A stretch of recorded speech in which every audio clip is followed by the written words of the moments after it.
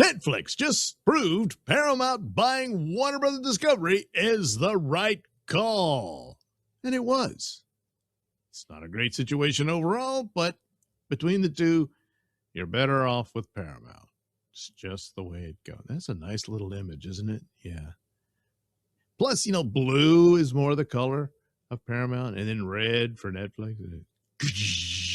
Fighting for the soul of Warner Brothers. Well, there is no soul. It's gone. That's the sad thing about this. And in a lot of ways, Warner Brothers was long gone before this.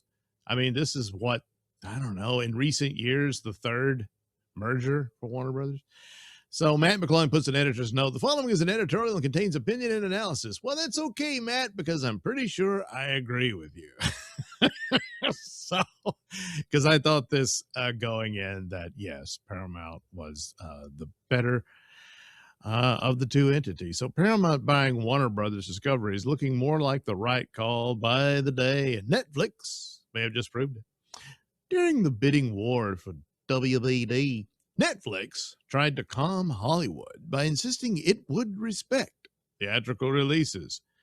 Yeah, I didn't believe a word of that. But they did say, oh yeah, don't worry.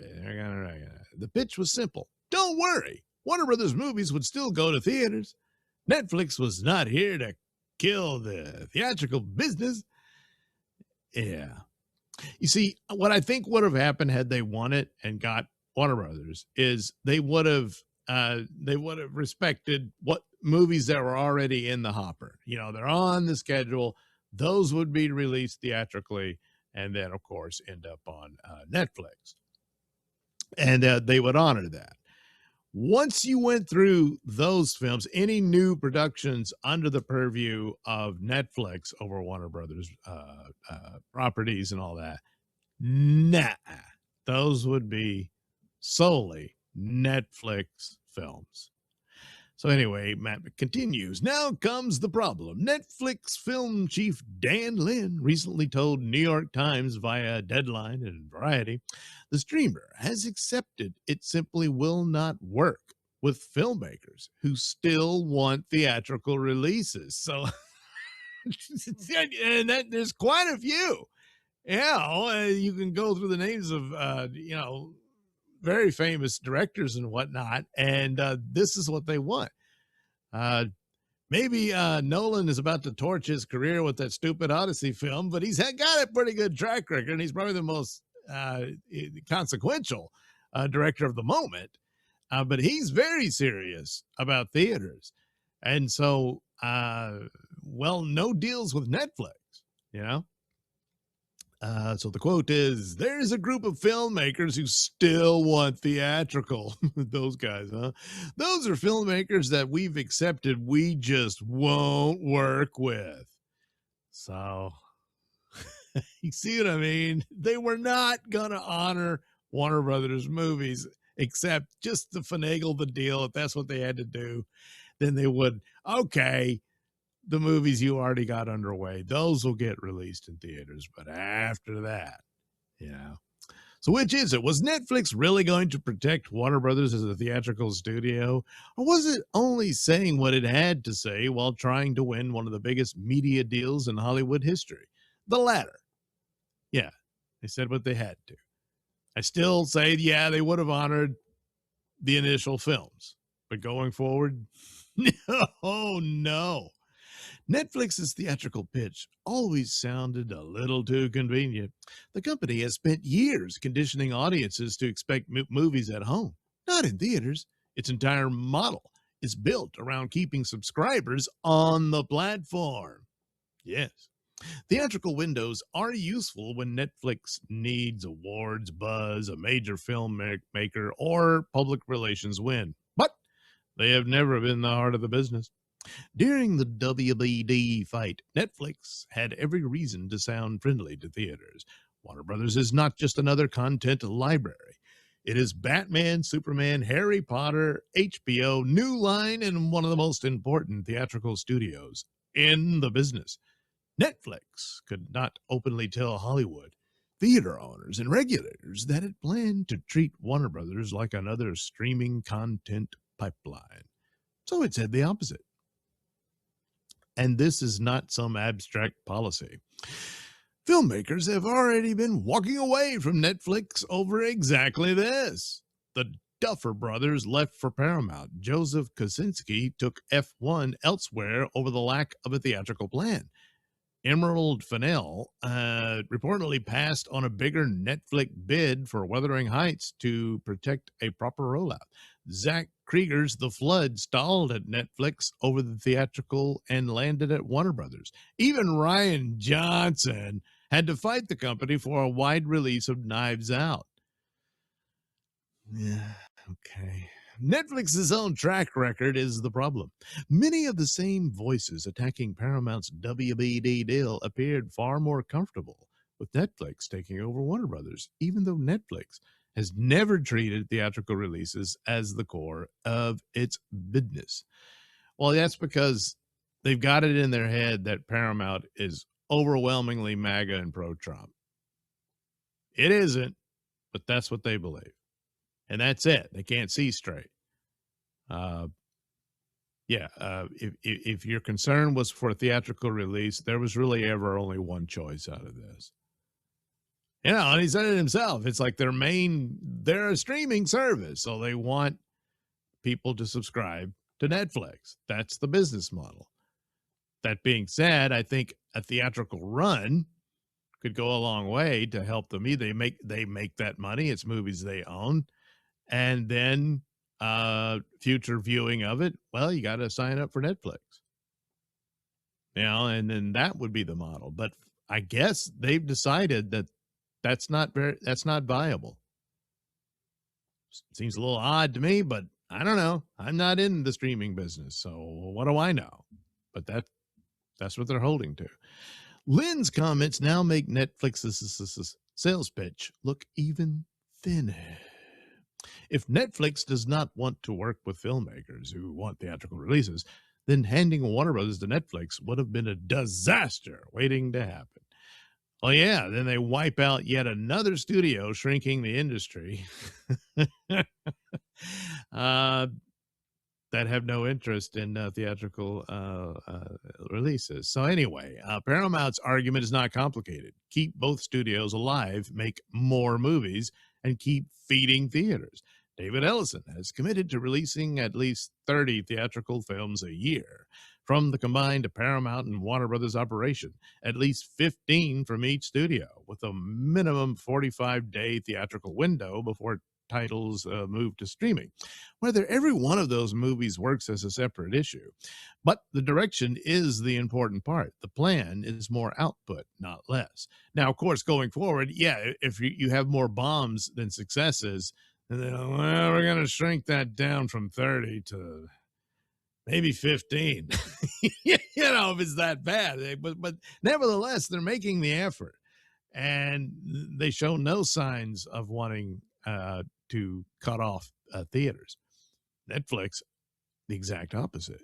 So Netflix's plan, based on its own executives' words, looks very different. If a director wants theaters, Netflix may not even want that director. Yeah, they don't want to deal with the argument anymore. So if that's your position, then you need to go elsewhere, is what they're saying. One company is promising to put 30 movies a year on the big screen. The other just told the New York Times it would rather lose great directors than do that, which means they don't even really care about the quality of the content. They're still stuck on that. Now, there is tons of stuff on Netflix, but I don't see how that's a proven business model. It was for a while. They were chasing all kinds of properties and stuff, but sooner or later you got to land back on earth, and you got to have product people actually want to see. And I'm sure it still goes with streaming. The one of the main aspects of the business model is people subscribe and forget they're subscribed.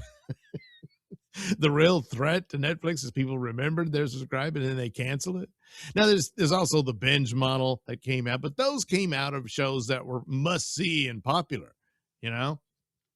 And I'm sure there's others ones probably never even heard of, but for a small little pocket of audience there is really into it, and so they're very loyal to it, but they'll subscribe for a month, binge it, and then unsubscribe, you know? And but I guess it's working for them. I don't know. So, um, yeah, they're still chasing it. So, for anyone who claims to care about movies, theaters, and filmmakers, Paramount is clearly the better option. A traditional studio buying another traditional studio comes with obvious concerns, but it is still better than handing Warner Brothers to the company that sees theaters as optional at best and inconvenient at worst. Yeah.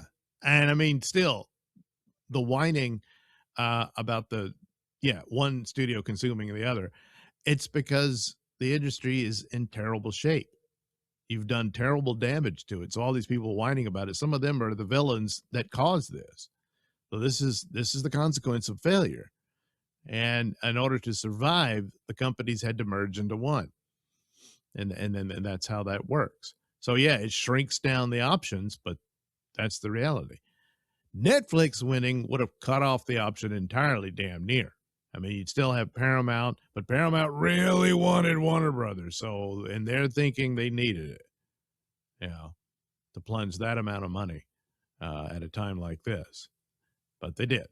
J.J. Abrams already accidentally made the case for the Paramount WBD merger when he came out against it after years of benefiting from the old Hollywood system.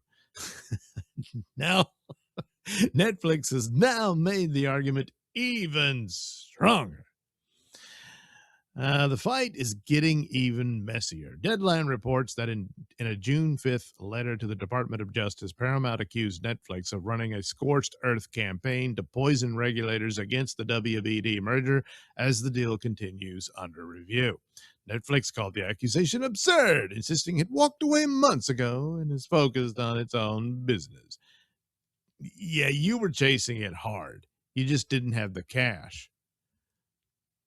Turns out Paramount, or rather Skydance, did. Worth remembering, Netflix walked away with a reported $2.8 billion breakup fee. A losing bidder that pockets nearly $3 billion and is then accused of lobbying against the winner is not exactly behaving like a company that simply moved on. For months, there's been talk around the bidding war that Netflix's involvement was never just about buying WBD. The suspicion was that Netflix wanted to slow Paramount down, make the deal harder, and drive up the price. Netflix declining to raise its offer after Paramount came over the top only adds to the suspicion. The streamer got involved, forced a fight, made all the right noises about theatrical, then walked away when the price got too high. Now, after losing the bidding war, Netflix is reportedly being accused of trying to interfere with Paramount's win. Funny how that works. Well, it's also, what's the thinking here? They just want to screw with Paramount just out of spite? No, if they're able to actually scuttle the Paramount deal, then Warner Brothers is really stuck because they can't just continue as a separate studio. So that means they sell off IP piecemeal, and Netflix could come in and buy some of that. You know, you're just not buying the whole studio. Mark Ruffalo. The backlash against Paramount buying WBD has also never looked purely business-based. Yes, there are real questions about consolidation, layoffs, and competition. Those questions should be asked with any merger this large. At the same time, a lot of the loudest opposition has come from the usual Hollywood political crowd and left-wing voices who know nothing, who seem much more comfortable with Netflix controlling the industry than Paramount. Yeah, it makes no sense whatsoever. You know, because some of these same idiots like Mark here would be crying about theatrical releases too. He just didn't even notice. All he sees is this guy. This guy's head floats around his head so much. He can't think straight at all, if he ever did. But you know, he's just representative of the crowd. They vary in their stuff, but it's all the same in a lot of ways. So the block the merger letter racked up thousands of celebrity and guild signatures. Activist groups lined up protest, and the loudest names calling for government intervention, Mark Ruffalo among them, are the same activist voices attached to every other cultural fight in the industry. Yeah, so anytime you need some, trouble, you can go to these idiots, the useful ones, and rile them up. So it's not too far afield to suggest that there's some shenanigans going on with the likes of Netflix and what have you. And maybe other parties who could say, yeah, I could swoop in and buy some of that. Maybe I could buy DC or Harry Potter or something like that, you know. And that would be the deal if it were to fail. I don't think they can succeed. I think it's done. But I don't know. This thing got a little nutty on the way to Paramount's win, so maybe it's not over yet. You know, you just don't know. But anyway, yeah, these idiots and they don't like the situation. The situation's already here. It's not going to stay the same. See, that's what they want. No, I want it to be Warner Brothers and Paramount separate. No, you're not getting that. Yeah. The future is here. You know, it's undeniable. I can understand the gripes and feeling bad about it, but it happened. As previously covered, the negative campaign against Paramount has included familiar names and familiar politics, the issue being sold as a fight to protect creativity. But it often looks like another attempt to decide who is allowed to control Hollywood. Netflix owning Warner Brothers would not have been some heroic rescue mission. It would have put one of Hollywood's most important theatrical studios under the control of the biggest streaming company in the world, which goes back to the antitrust problems that Netflix would have faced. Unless, of course, they never intended to control the entire thing. They just wanted to sabotage this and get some of that IP. That could be the deal. That might be it right there. Paramount buying WBD is not perfect. No mega merger is. But compared to Netflix swallowing Warner Brothers and then deciding which filmmakers are attached to theaters, Paramount looks like the much safer bet for movies, theaters, and fans.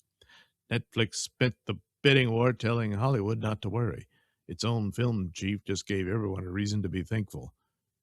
Netflix lost. Well, there is that, but as you've shown, they're still trying to mess with it. So, but I don't think they'll be effective in that. I think it's a done deal, and Paramount won this one.